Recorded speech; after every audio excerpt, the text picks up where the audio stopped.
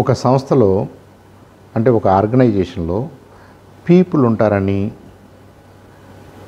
అలాగే కొన్ని ప్రాసెసెస్ ప్రకారం, కొన్ని ప్రొసీజర్స్ ప్రకారం వాళ్ళు పనిచేస్తారని, ఆ పనిచేయడానికి కావాల్సినటువంటి tables, chairs, fans, computers, printers ఇలాంటివన్నీ, లేదంటే మన ఊర్లో పనిచేసుకునేటప్పుడైతే నాగళ్ళు, లేదంటే ఇంకేదన్నా ట్రాక్టర్స్, మిగతా పనిముట్లు ఇవన్నీ కూడా వాళ్ళకు అందుబాటులో ఉంటాయి.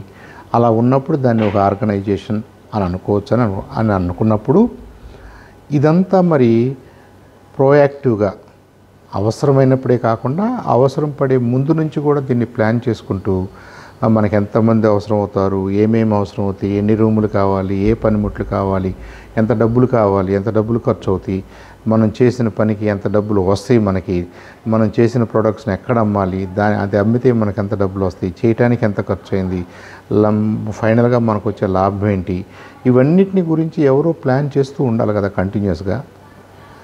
మనుషుల విషయాలు ప్లాన్ చేయాలి, ప్రాసెస్ల విషయాలు ప్లాన్ చేయాలి, టెక్నాలజీ విషయాలు ప్లాన్ చేయాలి, ఈ మూడింటిని కలిపి పనిచేయించడం ప్లాన్ చేయాలి. ఇలా ఇదంతా కూడా ఒక చోటకు తీసుకొచ్చి అన్నీ కలిపి ఒకటితో ఒకటి అనుసంధానంగా పనిచేయించగలగటాన్ని ఆర్గనైజింగ్ అంటారు. సో ఆర్గనైజర్ ఏం చేస్తాడు? ఆర్గనైజింగ్ చేస్తాడు. ఆర్గనైజింగ్ చేస్తే ఏమవుతుంది? ఈ ఆర్గనైజేషన్లో ఉన్నటువంటి డిఫరెంట్ అసెట్స్ ఒక చోటకు వచ్చి అనుకున్న పనిని సక్సెస్ఫుల్గా, ఎఫిషియెంట్గా చేయగలుగుతాయి.